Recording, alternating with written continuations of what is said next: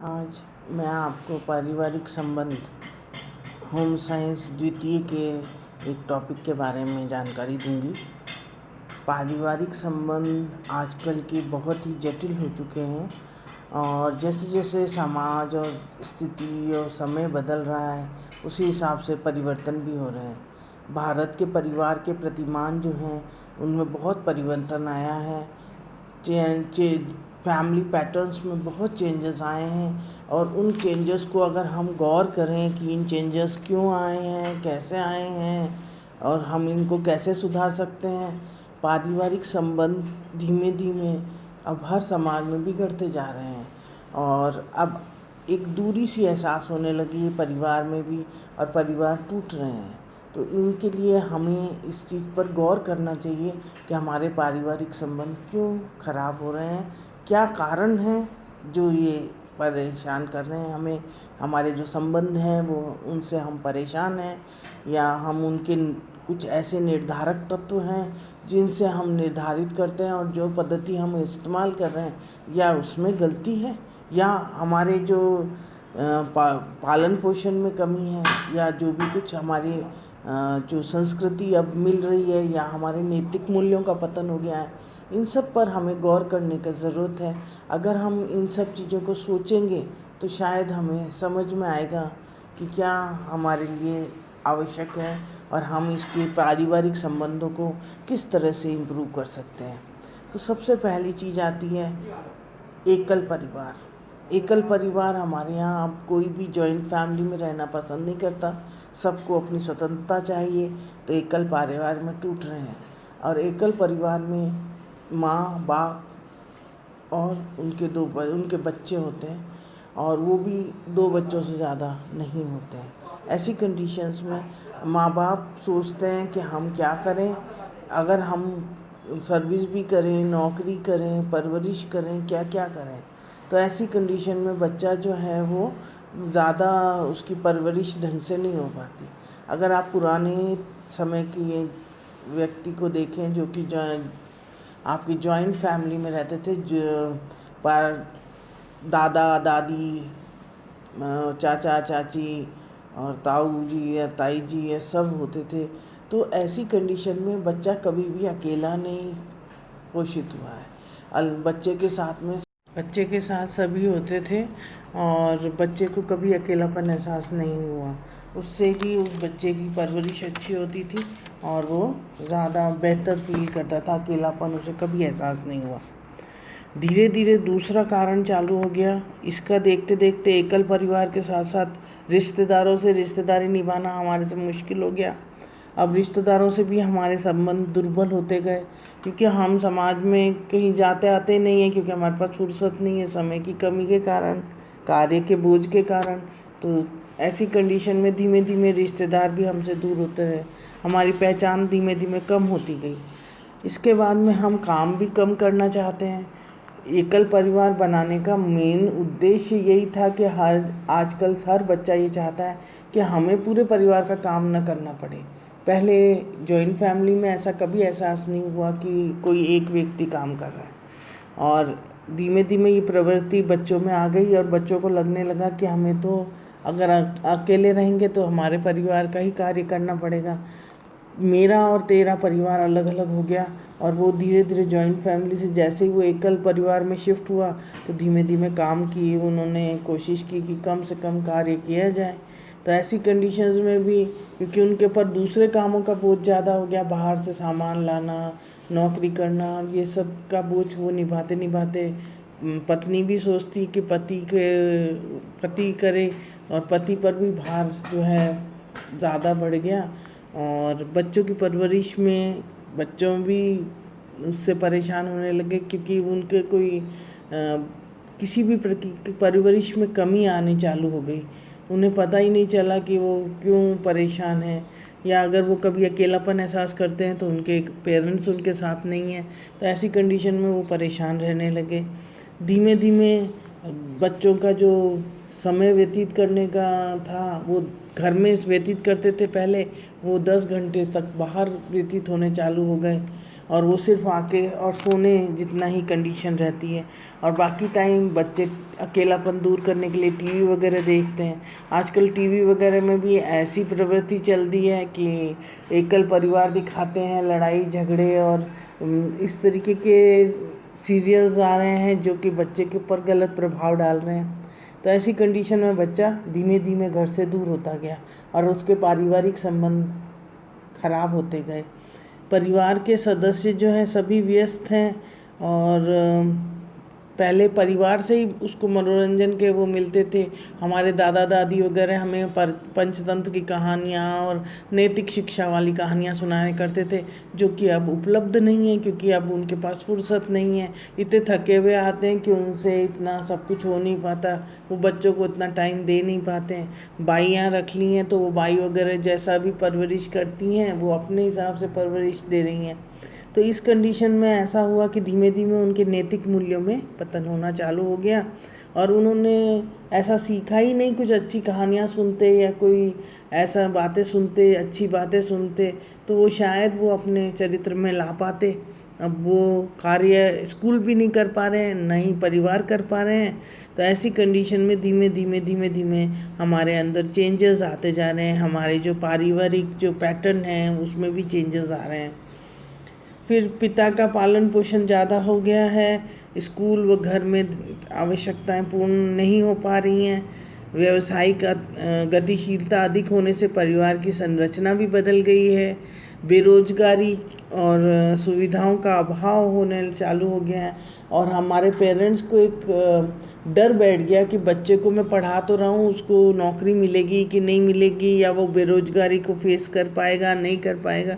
ये सब बातें भी उनको परेशान करती हैं, और ये सब परेशानी जो है वो कुल मिलाकर हमारे जो फैमिली पैटर्न्स हैं उनको चेंज कर रही है। अगर हम गौर करें तो हमारे फैमिली पैटर्न्स को चेंज करने में ये इनका सबसे मेन रोल है।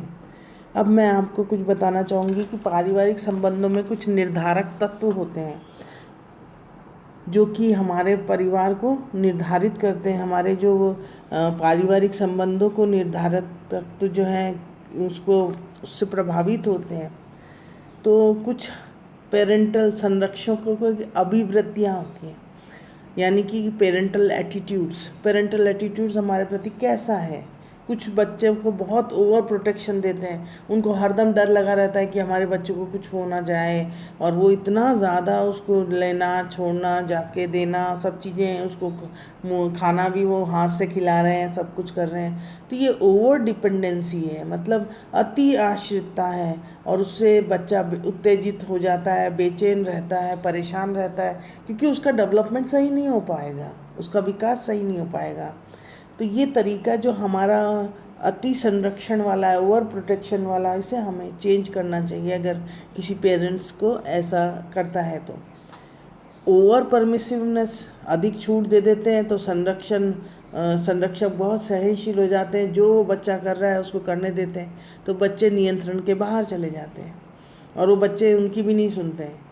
फिर संरक्षण अपने कई बार बच्चों का तिरस्कार करते हैं संरक्षक कि मैं सब कुछ कर रहा हूँ और बच्चे कुछ नहीं कर रहे हैं। तो ये जो रिजेक्शन है वो उनके आत्मसम्मान पे ठेस पहुँचाता है, और बच्चे उससे कुंठामय और कुसंयोजन और समाज विरोधी व्यवहार करना चालू कर देते हैं। फिर संरक्षक प्रभावशाली अभिवृद्धि अपनाते हैं, वो नियंत्रण बहुत अधिक रखते हैं और संवेदनशील और शर्मीले बन जाते हैं फिर बच्चे उनके। तो अगर हम उन पे ज़्यादा कंट्रोल रखेंगे तो भी बुरा है, ज़्यादा छूट दे रहे हैं तो वो भी गलत है। कुछ संरक्षक बालकों को प्रभावशाली बना देते हैं और वो उनके घर में हर बात प्रभुत्ववादी बन जाते हैं, वो हर बात उनकी घर में मानी जाती है, तो वो आक्रामक, लापरवाह, अनादर करने वाले बन जाते हैं। और कुछ संरक्षक पक्षपात करते हैं लड़का लड़की, बेटा बेटी में, और साथ में अपने बेटों में भी बड़ा बेटा छोटी बेटी ऐसे करके, या कोई कमज़ोर बच्चा है तो उसको ज़्यादा महत्व देते हैं। तो ऐसी कंडीशंस में ये सब जो है हमारे जो पेरेंटल एटीट्यूड्स हैं, ये भी हमारे पारिवारिक संबंधों को प्रभावित कर रहे हैं। अगर हम ओवर प्रोटेक्शन या ओवर परमिशिवनेस देंगे, रखेंगे, तो ये मेथड्स हमारे को गलत दिशा में जाएंगे। तो सबका संतुलन होना चाहिए। अगर इस एटीट्यूड को हम चेंज नहीं करेंगे तो शायद हमारे पारिवारिक संबंध कभी भी नहीं सुधर पाए। दूसरी है बाल पोषण विधियाँ। बाल पोषण विधियाँ हम किस तरह से अपनाते हैं, हम किस विधि से उसको अपना रहे हैं, वो देखने वाली बात होती है। विधियाँ जैसे प्रभुत्वशाली वातावरण देना। कहना नहीं मानने वाला बालक बन जाता है। अगर हम ऐसा वातावरण देते हैं कि बहुत ज़्यादा वो सब पे प्रभुत्व जमाता रहे, तो वो कहना नहीं मानता है और वो अपने आप को बहुत ही बड़ा समझने लगा। दूसरा है अधिक छूट दे देते हैं। अधिक छूट दे देते हैं तो अनुशासन प्रियता खत्म हो जाती है और अधिक छूट देने के कारण वो स्वतंत्र रहता है, तो उसको समझ ही नहीं आता क्या अच्छा है और क्या बुरा है। एक है प्रजातांत्रिक विधि। उसमें हम लोग है ना स्वतंत्र चिंतन, सृजनात्मकता और अच्छे सहयोग के लक्षण अगर हम देते हैं, तो ऐसी कंडीशन जो प्रजातांत्रिक डेमोक्रेसी से हम जो देते हैं, वो वाली जो नीति है बालकों का हम पोषण विधि अगर हम डेमोक्रेसी वाली रखते हैं, तो हम बच्चे का पोषण ज़्यादा अच्छा होता है और उसके पारिवारिक संबंध भी सुधरते हैं। तो सबसे बेस्ट है प्रजातांत्रिक वे से करो। कभी पेरेंट्स भी गलती पे हो तो उसको सुधार करें, कभी बच्चा गलती पर हो तो उसका सुधार करें, और अपने ईगोज़ बीच में नहीं लाएं। ईगो के कारण कि मैं फादर हूँ, मेरा मानना ही चाहिए, या मैं मदर हूँ, मेरा मानना ही चाहिए। कई बार बच्चे भी करेक्ट होते हैं, तो हमें उनकी भी सुननी चाहिए। तो डेमोक्रेसी बहुत बढ़िया चीज़ है और प्रजातांत्रिक पोषण विधि सबसे बेस्ट मानी गई है पारिवारिक संबंध में। तीसरी चीज़ आती है परिवार का आकार, साइज़। बड़े परिवार होते हैं उनमें मनमुटाव ज़्यादा हो जाता है आपस में, छोटे बड़े में, कि वो कपड़े मेरे अच्छे नहीं आए, उसके ज़्यादा अच्छा है, उसके महंगे आए, उसके कम आए। ये बच्चों में भी स्टार्ट रहता है। फिर उसके बाद में दूसरी चीज़ हो जाती है कि बड़े परिवार वाले एक साथ हर चीज़ एक साथ तो नहीं कर पाते हैं। उनके हर एक के अलग अलग स्वभाव होता है, अलग अलग मनोवृत्तियाँ होती हैं, अलग अलग सोच समझ होती है। तो वो एक साथ एक ही जगह पर रहते हैं, तो वो उस सोच को समायोजन नहीं कर पाते हैं एक दूसरे का, तो उससे वो एक दूसरे के प्रतिद्वंदी बन जाते हैं। जबकि वो परिवार के सदस्य हैं, तो उनका सोच अगर कहीं कोई कमी है तो वो अपने आप में इम्प्रूव करना चाहिए, वो नहीं कर पाते हैं। तो उससे भी मनमुटाव ज़्यादा बढ़ जाता है। फिर आता है आपके बच्चों के बीच का अंतर। ये बहुत कुछ प्रभावित करता है पारिवारिक संबंधों को।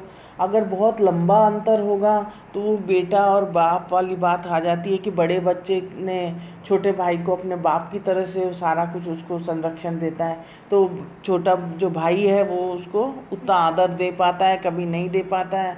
और कई बार ये होता है कि जनरेशन गैप हो जाता है, उससे भी बहुत फ़र्क पड़ता है। सोच विचार जो है उसमें भी परिवर्तन आ जाता है। तो पेरेंट्स का सोच विचार और बच्चों का, पेरेंट्स आजकल बहुत लेट मैरिज करते हैं, तो एक जनरेशन गैप की वजह से भी वो बच्चों को कम समझ पाते हैं जब वो बड़े होते हैं।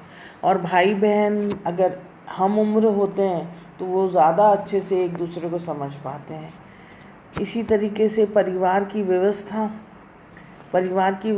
जो है वो कैसी है। अगर हम परिवार को व्यवसाय क्या करते हैं तो उससे भी बहुत प्रभावित होता है। अगर कई बार बच्चा ऐसे पेरेंट्स का बच्चा होता है जो कि वो सोचता है कि मैं अपने पेरेंट्स के जो काम करते हैं वो बताने से मेरी बेइज्जती होगी, ऐसी कंडीशन में जैसे मजदूरी कर रहे हैं और वो दूसरों को बताता नहीं है, तो ऐसी कंडीशन में वो उसके पारिवारिक जो रिश्ते हैं वो भी गलत हो जाते हैं। पेरेंट्स को ही कभी वो नौकर नौकरानी इत्यादि बता देते हैं। इसी तरह दूसरी तरफ अगर देखा जाए तो कई बार वो बच्चे जो हैं वो बहुत ज़्यादा रईस होते हैं, तो वो सोचते हैं कि मेरे पेरेंट्स सब कुछ कर लेंगे, तो वो किसी और को समझते ही नहीं हैं, तो वो इवन टीचर्स तक की भी इज़्ज़त नहीं करते हैं। तो उस कंडीशन में उनके पास पैसे का जो जोम है वो उससे ज़्यादा प्रभावित होते हैं। और भी कई चीज़ें होती हैं, जैसे हमारे पास साधन हैं और दूसरे के पास नहीं है, तो एक हीन भावना डालने की कोशिश की जाती है। तो ये सब परिवार के जो व्यवसाय हैं उससे बहुत कुछ प्रभावित होता है। फिर आता है आपका किस तरीके से संरक्षक संप्रत्यय है, पारिवारिक कार्य के प्रत्यय या कॉन्सेप्ट ऑफ फैमिली रूल्स, क्या रूल्स हैं। तो संरक्षक प्रत्यय संप्रत्यय होता है, एक तो होता है परंपरागत तरीके से पालना, एक विकासात्मक प्रत्यय यानी विकासात्मक तरीके से पालना। जब हम परंपरागत तरीके से पालते हैं तो हम सांस्कृतिक और धार्मिक मूल्य देते हैं, और आजकल जो कुछ बिगड़े हुए अंधविश्वास वाले रूल्स भी हम उन बच्चों को दे देते हैं जो कि उनके लिए हितकारी नहीं होते हैं। विकासात्मक जो प्रत्यय हैं वो सबसे अच्छे होते हैं, वो परमिसिव होते हैं और उसमें अनुमति युक्त होते हैं, और वो बढ़ते हुए समय के अनुरूप परिवर्तित होते रहते हैं। ये ज़्यादा पारिवारिक संबंध में अच्छे रखते हैं। एक संरक्षण के लिए प्राथमिकता वरीयता देखी गई है कि ज़्यादातर जो पारिवारिक संबंधों में देखा गया है, बच्चा या तो माँ को प्यार करता है या बाप को प्यार करता है, या जो उसको पैसे देता है या उसका जो ज़्यादा ध्यान रखता है, भले ही वो आया हो, भले ही वो कोई और नौकर हो, तो वो उसको ज़्यादा प्रेफर करता है। ऐसी कंडीशंस में हम ये समझ सकते हैं कि बच्चे की प्रेफरेंस क्यों हो रही है। जो ज़्यादा ध्यान रखेगा वो उसके नज़दीक जाएगा। तो पारिवारिक संबंधों में संतुलन की आवश्यकता है, और इसीलिए संतुलन होना अति आवश्यक है। अगर हम इन सब बातों पर गौर करेंगे तो हम अपने पारिवारिक संबंधों को सुधार पाएंगे, और उसके लिए हमें चिंतन की आवश्यकता है। धन्यवाद।